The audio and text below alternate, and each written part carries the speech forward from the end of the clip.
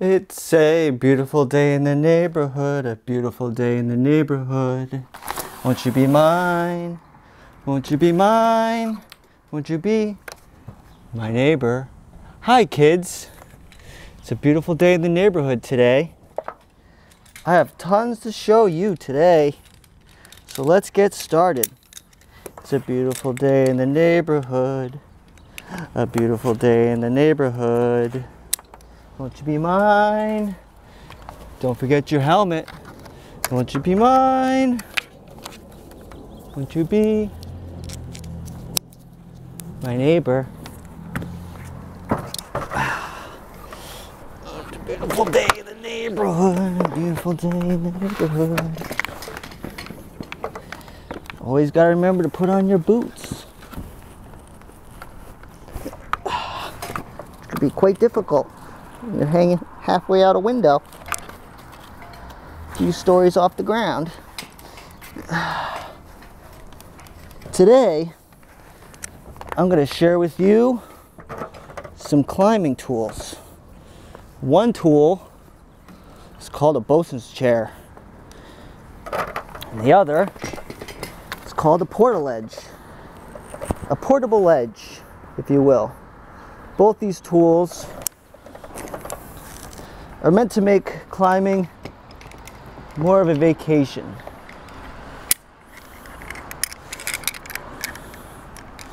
Let's see if I can get out here and show you guys exactly what I mean.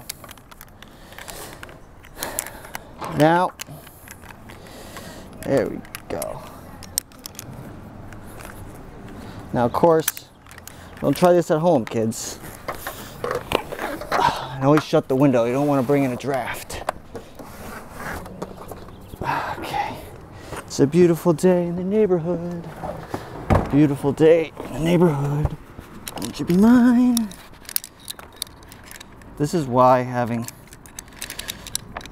a device other than a crawl is better for rope soloing.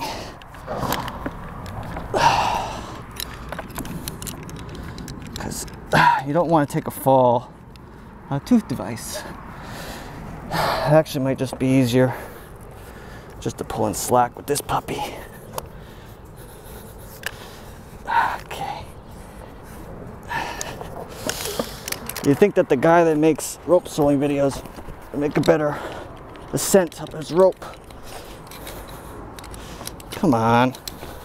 Stupid ass crawl. I think I'm losing my Mr. Rogers attitude here. Just got to sing a song, make everything better. It's a beautiful day in the neighborhood. I should have brought my micro tracks. Won't you be mine? Won't you be mine? Won't you be my neighbor? This is what happens when you rush. You don't get the right tools. I wonder if I could do something funky. Let's see. Let's see if I could do something funky here. That would make no sense to anybody. This might be quite a long episode if I can never get to the intro. Through the intro. Alright. What's he up to?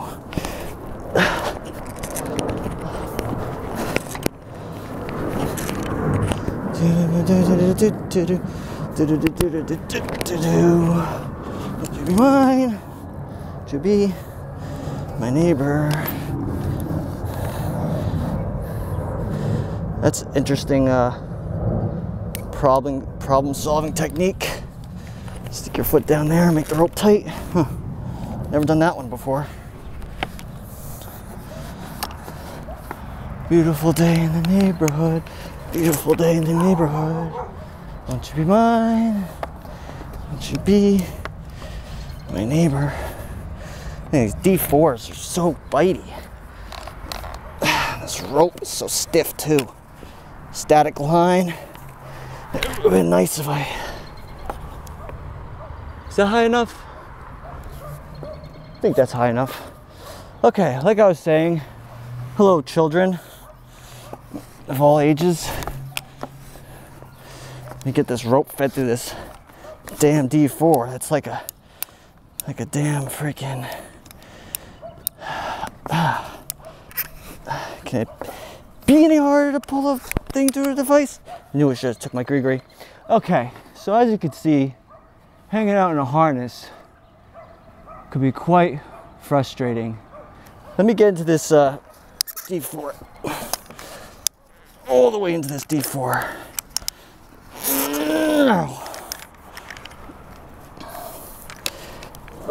Okay.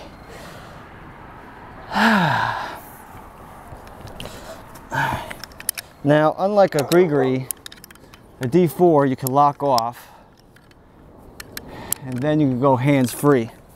Not like a gree. So whoever's typing in the comments right now, you're going hands off, you can't do that, it's illegal. Well, you can if you use a D4. Okay, you can lock it off. Okay, so at least that's what I remember reading in the instructions. So let's get into today's episode. As you can see, hanging on a harness, even a super comfy one like mine, can get quite tiresome. Especially if you're going to sit here for a couple hours, if you're doing a big wall, or if you're belaying somebody. Belaying in your harness can be quite difficult. And I definitely should have brought a gree because I can't even hope to get any higher. Or if I did my old trick here, give myself a little bit of a mechanical advantage.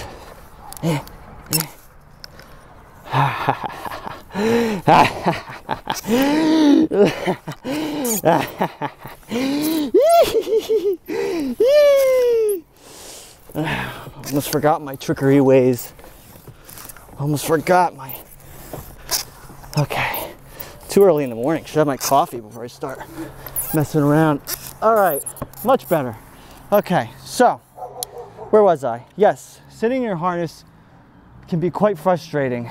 So, not that this was a climbing invention, it's been around for a long time, but this is a bosun's chair. I think originally bosun's chairs were for boat painters and ship painters, a way for, in fact, I actually painted this entire house this color in a bosun's chair. Saved me a lot of money.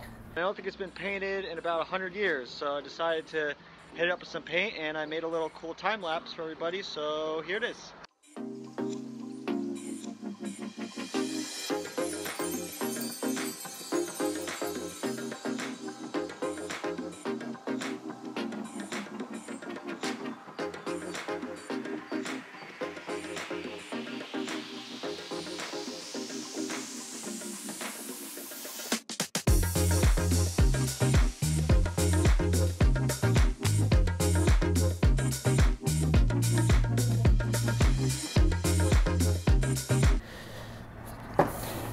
But basically, it's a piece of wood. I've actually made them out of just pieces of wood and drilled some holes in them and put some rope through it. Just a piece of wood for you to sit on. Take the weight off your hips. And not that this is going to be an episode on how to rig them and how to rig these things, these tools that I'm going to be using. Don't do any of this I'm doing at home. I'm just demonstrating what these things are. So this is a bosun's chair. And as you see in a second, I'm going to get some weight off my hips. And this is the way I actually like to rig them. Just like this, I wrap it around myself. Put this little strap on my back. Hola! Bon, de bon! Da bon! Bon dia! Bon dia! Trabajando! So, what I like to do is actually just hook it with 2 beaners up to a crawl, like so. You could do 1 beaner maybe, but 2 beaners gives you a little extra room. Then put the crawl up a little higher. This is why I'm using the crawl in the first place. I didn't expect it to be such a pain in the butt to get up here. Now, we could also release some weight on this rope. If I could push this stupid thing down. I gotta wear this thing out. This thing's hard as a mother. Maybe it's this rope is super stiff. Either way, all my weight now is on a bosun's chair. Okay, so now I'm free to paint or do whatever I need to do, and all the weight is off my hips. And I could probably sit in something like this all day long. After a while, these things could bother your back a little bit because the rope kind of bounces and your back is kind of bouncing. So, but it's definitely 100 times better than sitting in a harness. You could belay off this or whatever, you know. And now you're having a lot more fun in the vertical playground we all like to explore. But this is not the thing you want to sleep in. What you want to sleep in is what's called a porta ledge, or a portable ledge. And this is what you would take up a big wall if you wanted to spend some nights there.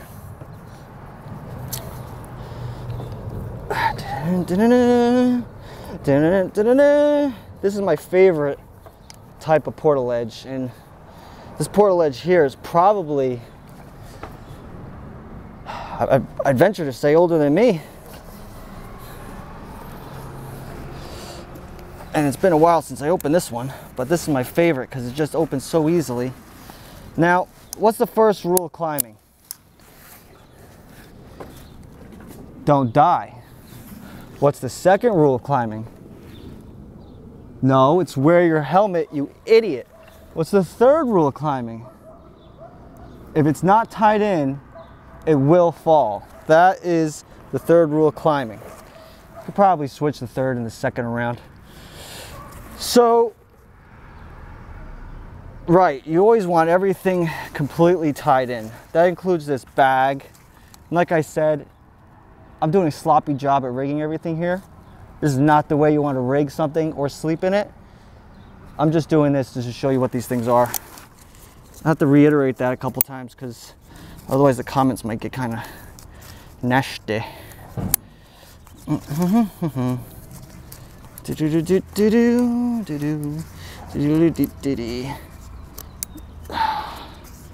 So normally when you step a porta ledge, you definitely shouldn't be, I try at least, maybe I shouldn't say definitely, try not to be tied into the same things that your porta ledge is tied into, that your haul gear is tied into. I try to keep myself separate from that stuff. If things break from all the weight of the last time I was up El Cap, we brought 250 pounds, maybe more than that, pounds of just the water. Okay, it was like 20. I don't know how much it was. It was a butt ton. That's all I remember. Oh yeah, this part comes up. All right. So we're gonna lift this part up. Everything stays tied in. Now this thing that you saw me unclip just a minute ago, probably shouldn't even unclip that, because guess what? I was contradicting what the hell I just said. So this should be clipped in, but technically we could say it's tied in. Now let's see if we could open this puppy up. It's been a while, old gal. Gotta get you up on a big wall. Okay. Now once you open this up a few times, practice it, it actually opens it up a lot faster and you don't have to stare at it. But it's been a while since I opened this one up. Let's see. I think we're making some progress here. Don't want to get everything all tangled.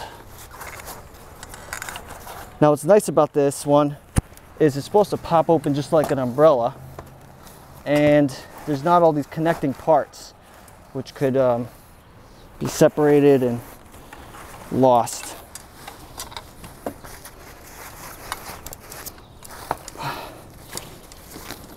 Sometimes I wonder if I should just refilm things so that they look less difficult. But then I always get that one comment that says, Josh, thank you for keeping it real. Does this spin around? Is that how that works? I think that spins around. I can't remember if that spins around or not. I wanna say it does. Okay. All right. All right. Okay. Yes. Yes. Do we stand on it? Do we stand on it? No, I don't think we stand on it. Even in a bosun's chair, it's starting to hurt my male parts. Imagine doing this in a windstorm. It might just become a kite. Okay, now if I pull these strings here, if I pull these ropes here, I think that's supposed to help me. There we go. Ah, see? See how easy that was? So easy. So incredibly easy. Right? What's so difficult about that? Alrighty. So now, this is a Porta ledge. Now once I extract my parts from inside my stomach, okay, so let's see if we can get down and lay on this thing. I'd have to get this into the crawl, get myself out of the crawl, and stay on. I have to get out of my bosun's chair. So let's get out of the bosun's chair and onto my D4. This is fine. This I would actually much prefer, instead of being on a beaner, a regular old beaner, we're gonna get this straight onto the locker. Okay. All right. Now let's get that. I can't get that up yet. Let's get my foot in this crack and let's dislodge myself from this crawl. Oh, you know what I could do? I could just not sit in it, get all the weight off it, and then there we go. You kind of have to talk to yourself and put yourself through some steps sometime. Think about things, especially when you're doing things alone. You know, some other guy to call you a dum-dum. Remember, kids, it's not clipped in. It's not connected, it will fall. Okay, so let's raise this puppy to my level. Let's see if we can get in here.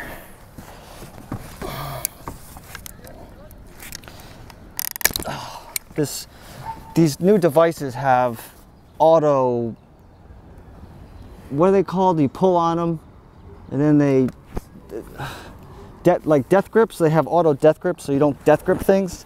It's a real pain in the ass because sometimes I just want to pull on the thing as hard as I can, but as you just heard, they snap.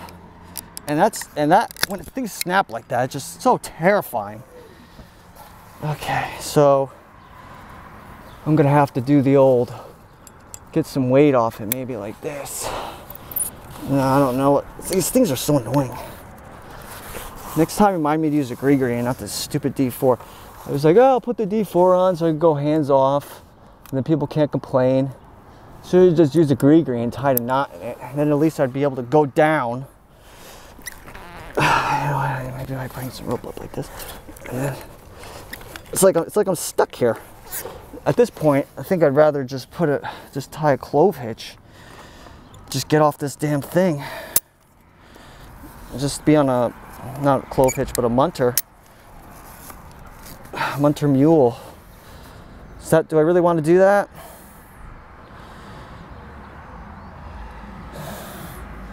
Do I really want to get into a munter mule? When a device sucks this much, this is when you make mistakes, when devices suck. Come on, you could do it. Just do what you're supposed to do. Are you too good for your job? Are you too good for your job, device?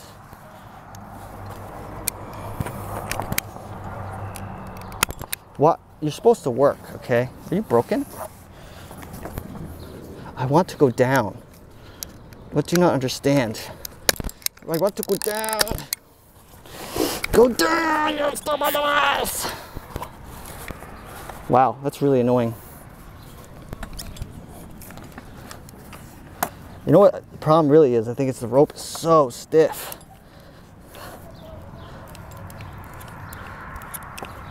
At this point, I'm gonna need to just, I'm gonna just call this a rescue scenario because I'm so stuck. Munter mule it is.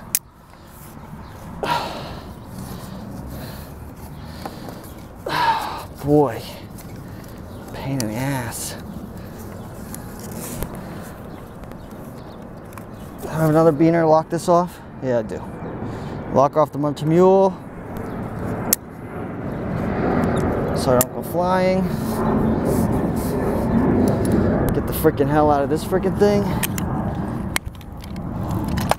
Get into my Munter mule. Oh, okay. Oh, I think I'm just gonna take a nap from that nonsense.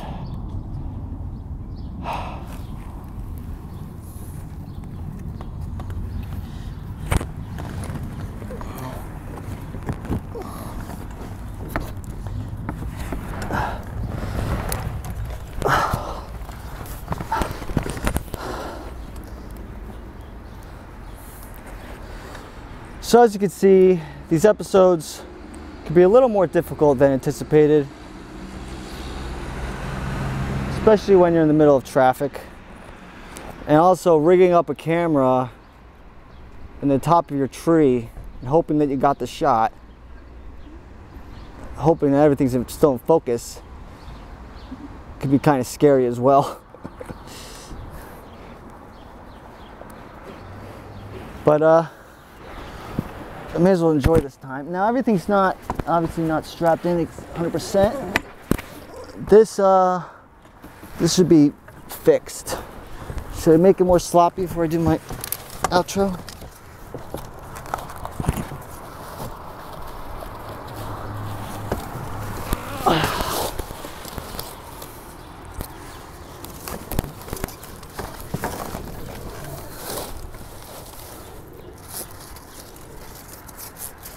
Well, it's a good thing to get some practice before I set out and get this thing really going.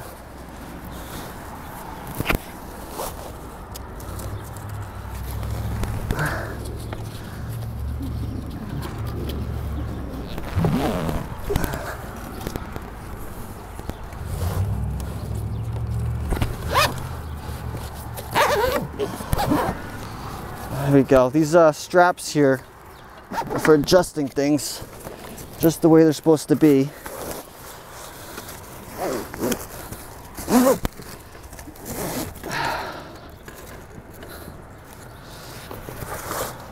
I love this Porta Ledge.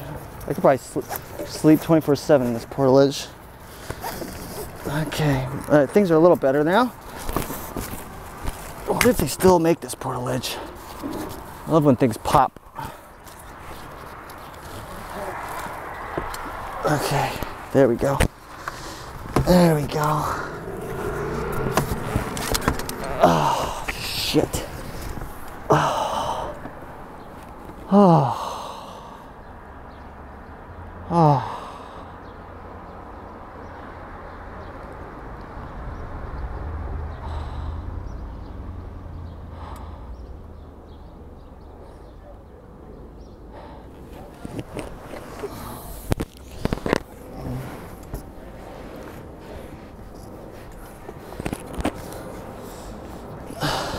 So that's the episode and how sloppy things could get, especially when you're in a rush.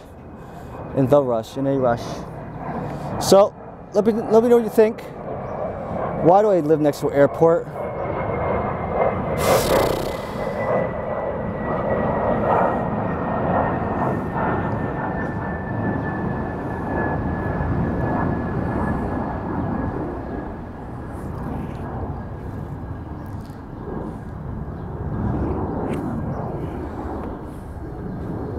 So that about wraps it up. If you're new here, my name is Joshua. Oh, the truck.